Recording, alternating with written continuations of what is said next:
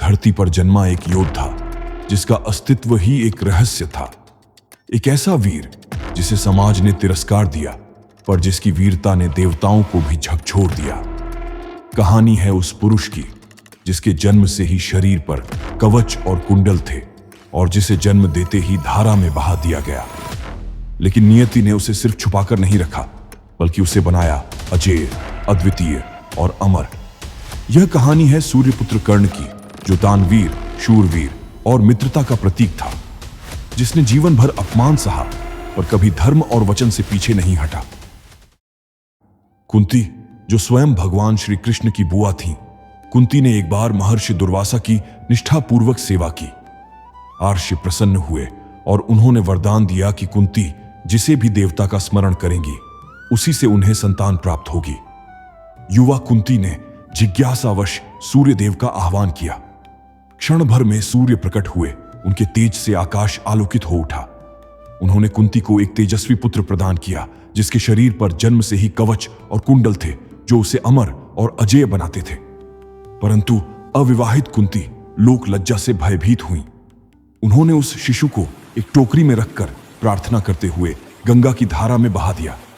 वह टोकरी अधिरथ नामक सारथी को मिली, जो हस्तिनापुर के रथ चलाया करते थे।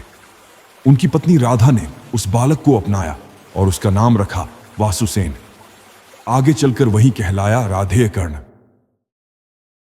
कर्ण बचपन से ही असाधारण प्रतिभा का धनी था।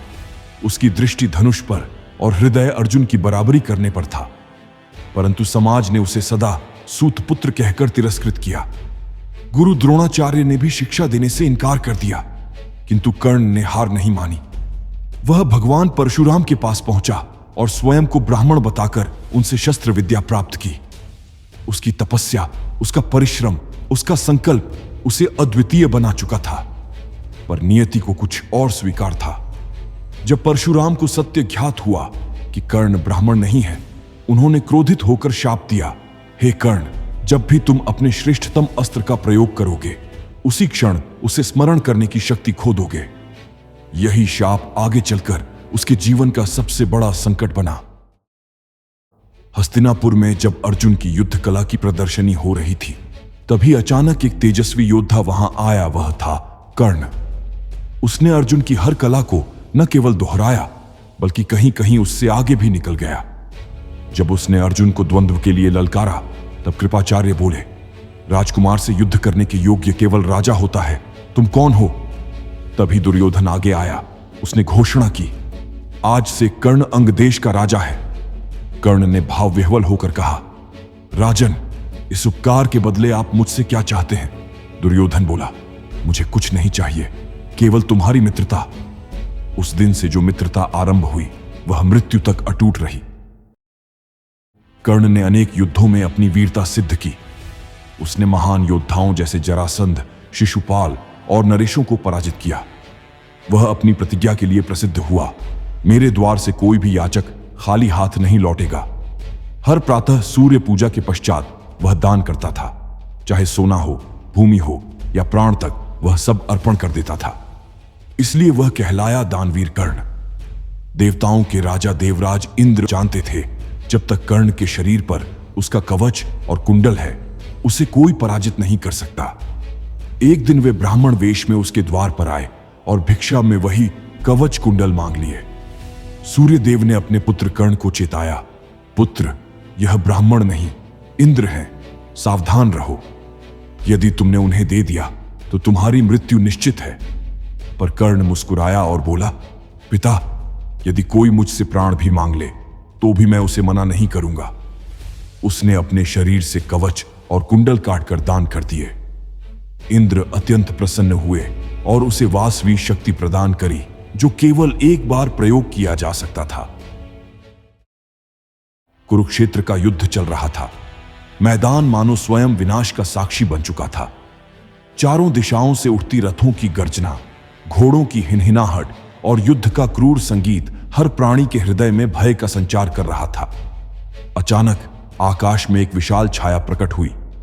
वह था भीमपुत्र घटोत्कच। वह आकाश में उड़कर कभी पर्वत समान विशालकाय रूप धारण करता, कभी असंख्य रूपों में विभाजित होकर आघात करता। उसकी गर्जना से दिशाएं फटने लगीं, उसकी हंसी से देवता तक विचलित हो उठे। उसके प्रत्येक प्रहार के साथ अग्निवर्षा होती, धरती लहूलुहान हो उठती। यह रात्रि युद्ध केवल राक्षसों के लिए अनुकूल था, अंधकार में उसकी माया अपरिमित थी। कौरव सेना दिशाहीन हो गई, रथ, घोड़े, हाथी सब भागने लगे। घटोत्कच की गर्जना से आकाश गूंज उठा। वह जहां दृष्टि डालता वहां मृत्यु नृत्य करने लगती। एक ही रात्रि के भीतर उसने कौरवों की एक अक्षौहिणी सेना को मानो मृत्यु के गर्त में धकेल दिया। उसके प्रकोप से न तो कोई रथी बचा, न गज, न अश्व, न नर। तभी युद्ध भूमि के मध्य कर्ण का रथ गरजता हुआ आगे बढ़ा। उसके मुख पर सूर्य का तेज था और नेत्रों में दृढ़ निश्चय की ज्वाला। कर्ण ने आकाश की ओर देखा, हृदय में सूर्य का स्मरण किया और गंभीर स्वर में मंत्रोच्चारण किया। उसने धनुष उठाया और अपनी जीवन की सबसे दिव्य शक्ति एकाग्नि बाण को प्रकट किया। वह बाण अग्नि की ज्वाला समान प्रज्वलित हुआ। उसके प्रकाश से रात्रि दिवस बन गई। धरती कांप उठी, देवता तक विस्मित हो उठे।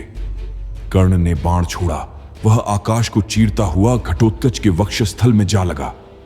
एक भयंकर गर्जना हुई। घटोत्कच ने अपना रूप पर्वत के समान कर लिया, आकाश से गिरा और उसके गिरने से पूरी भूमि डोल उठी। और कर्ण का दिव्य बाण भी समाप्त हो चुका था। वह दिन आ पहुंचा जब पृथ्वी पर दो महानतम धनुर्धर आमने सामने खड़े थे। एक ओर थे पांडवों के परम वीर गांडीवधारी अर्जुन और दूसरी ओर सूर्य के तेज से दीप्त दानवीर कर्ण।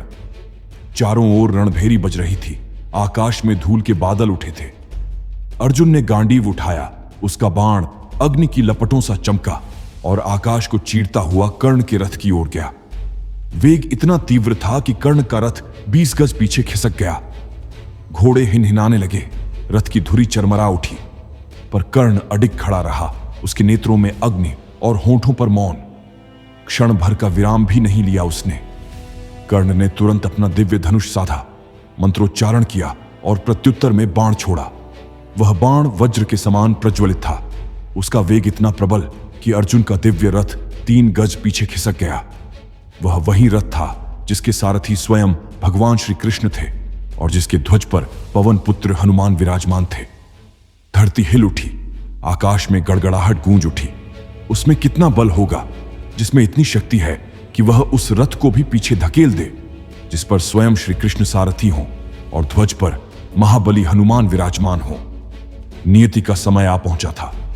कर्ण का रथ पृथ्वी में धंस गया क्योंकि पृथ्वी माता ने भी कभी उसका अपमान सहा था। कर्ण नीचे उतरकर रथ का पहिया निकालने लगा और अर्जुन से बोला, हे पार्थ, धर्म के अनुसार अभी युद्ध रोक दो। परंतु श्री कृष्ण बोले, जब अभिमन्यु को चक्रव्यूह में घेर कर पीछे से मारा था तब कहां था तुम्हारा धर्म? अर्जुन ने श्री कृष्ण के संकेत पर बाण छोड़ा। आकाश में एक तीव्र ज्योति फैली और वह बाण सीधा कर्ण के वक्ष में जा धंसा। क्षण भर को समय ठहर गया, धरा मौन हो गई, पवन थम गया। कर्ण की देह भूमि पर गिरी, पर उसके मुख पर अद्भुत शांति थी, मानो प्राण न त्यागे हो बल्कि सूर्य की गोद में विलीन हो रहा हो। उसके शरीर से एक दिव्य प्रकाश उठा जो आकाश में ऊपर उठा और सूर्य में समा गया। कर्ण वह अद्भुत योद्धा जिसने युद्ध भूमि में वह किया जो किसी देवता ने भी करने का साहस न किया। वह वीर जिसके बाणों की प्रचंडता से स्वयं भगवान श्री कृष्ण का रथ 3 गज पीछे सरक गया। वह दानवीर जिसने अपने जीवन का सबसे बड़ा रक्षक, कवच और कुंडल तक भिक्षा में दे दिए मुस्कुराते हुए, बिना एक क्षण सोचे। वह मित्र जिसने वचन निभाने के लिए अपना जीवन तक समर्पित कर दिया। कर्ण युद्ध तो हार गया, पर इतिहास में वह पराक्रम का प्रतीक बन गया। वह मरा नहीं, वह अमर हुआ।